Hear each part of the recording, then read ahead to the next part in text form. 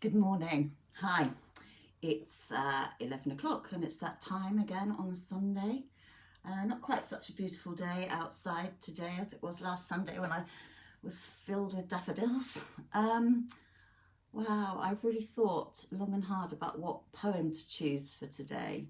It's been an incredible week, and in spite of all the ongoing horrors of the pandemic, there was that moment in the week that I think for all of us will certainly just flew out into the sky. Good morning, Janet. Hi. Thanks for checking in.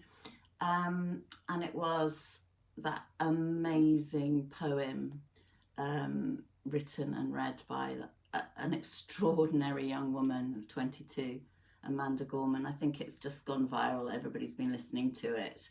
And it was an utter inspiration. And the juxtaposition of orange-haired man flying off to the sound of I Did It My Way, and then to arrive in this place where this beautiful, vibrant, amazing young woman just lifted spirits. She was like a kind of shooting star in the firmament of what is such a difficult and turbulent time for everyone.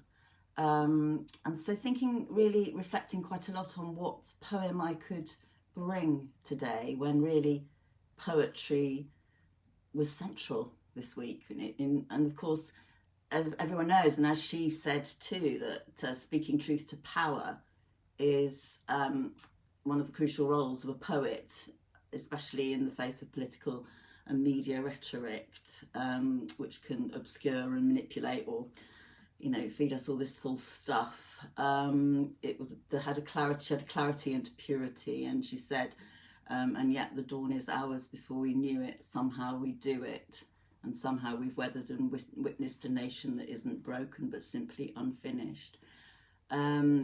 And she goes on to say, we the successors of a country in a time where a skinny black girl descended from slaves and raised by a single mother can dream of becoming president, only to find herself reciting for one. I wouldn't begin to try and read her poem on one of my poetry slots. It would just not do it justice.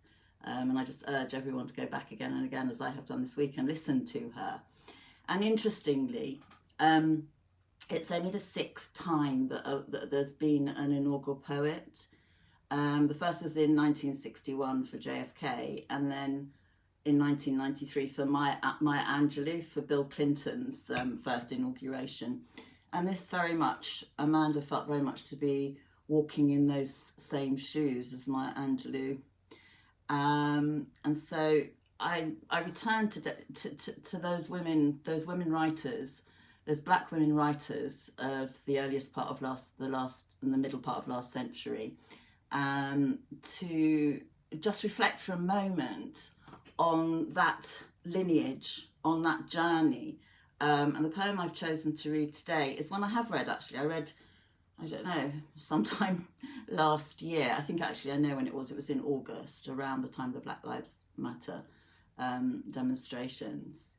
And it speaks to the same legacy. And it seems that those people who have seriously suffered from oppression, from rejection, from lack of opportunity, from injustice, have a way of reaching out to the rest of humanity and touching essential core values and things that matter so much to all of us as human beings. So I'm going to share with you this poem. It's called For My People, and it was written in 1942. So also around the time of coming out of the Depression, when everybody was scrabbling around trying to make an existence for themselves. And it's not entirely dissimilar to what some people are experiencing now in a very raw and real and violent way across the globe.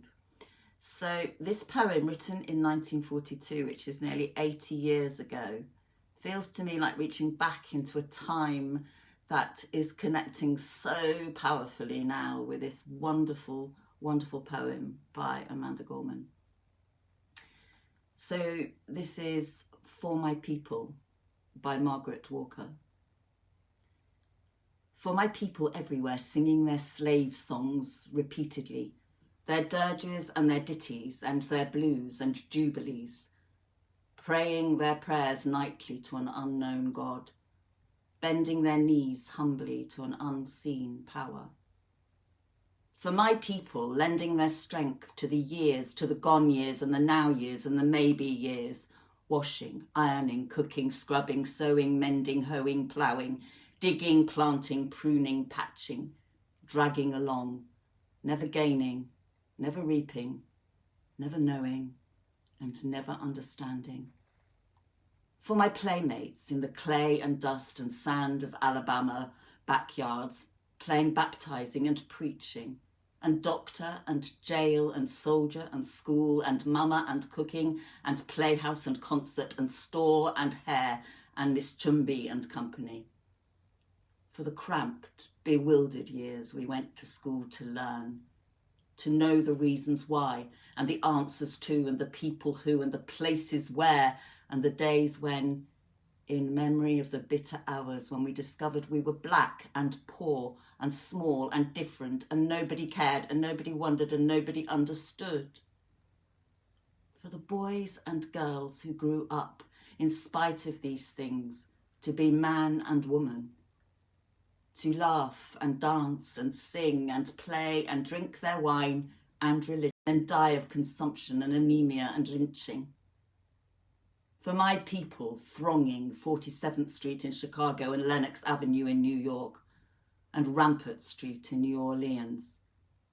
Lost, disinherited, dispossessed and happy people filling the cabarets and taverns and other people's pockets and needing bread and shoes and milk and land and money and something all our own.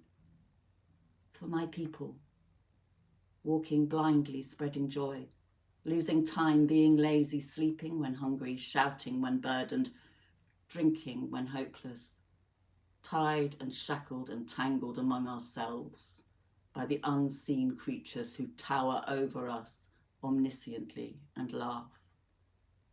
For my people, blundering and groping and floundering in the darkness of churches and schools and clubs and societies, associations and councils and committees and conventions, distressed and disturbed and deceived and devoured by money-hungry, glory-craving leeches, preyed on by facile forces of state and fad and novelty, by false prophet and holy believer. For my people, standing, staring, trying to fashion a better way from confusion, from hypocrisy and misunderstanding, trying to fashion a world that will hold all people, all the faces, all the Adams and Eves and their countless generations. Let a new earth rise. Let another world be born. Let a bloody peace be written in the sky. Let a second generation full of courage issue forth. Let a people loving freedom come to growth.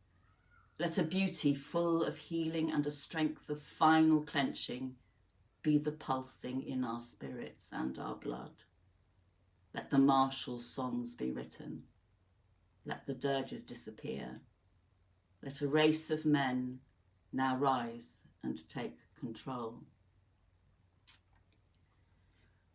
So, yes, that's my offering today, and it's dedicated to Amanda Gorman and all those young people. Hi, Ben. Good morning. Hi. It's dedicated to Amanda Gorman and to all of those young people who are now being passed this baton to carry and change and make things better in our world. And we have to hold on to that hope in the midst of this incredibly painful time.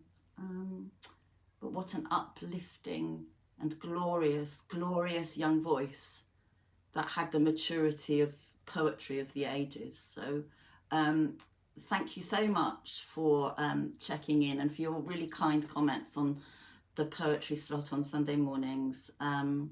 it's a pleasure for me to share, and I would ask that if you've enjoyed hearing this poem by Margaret Walker, please do check her out and read some more of her wonderful work, which still speaks through the ages to all of us.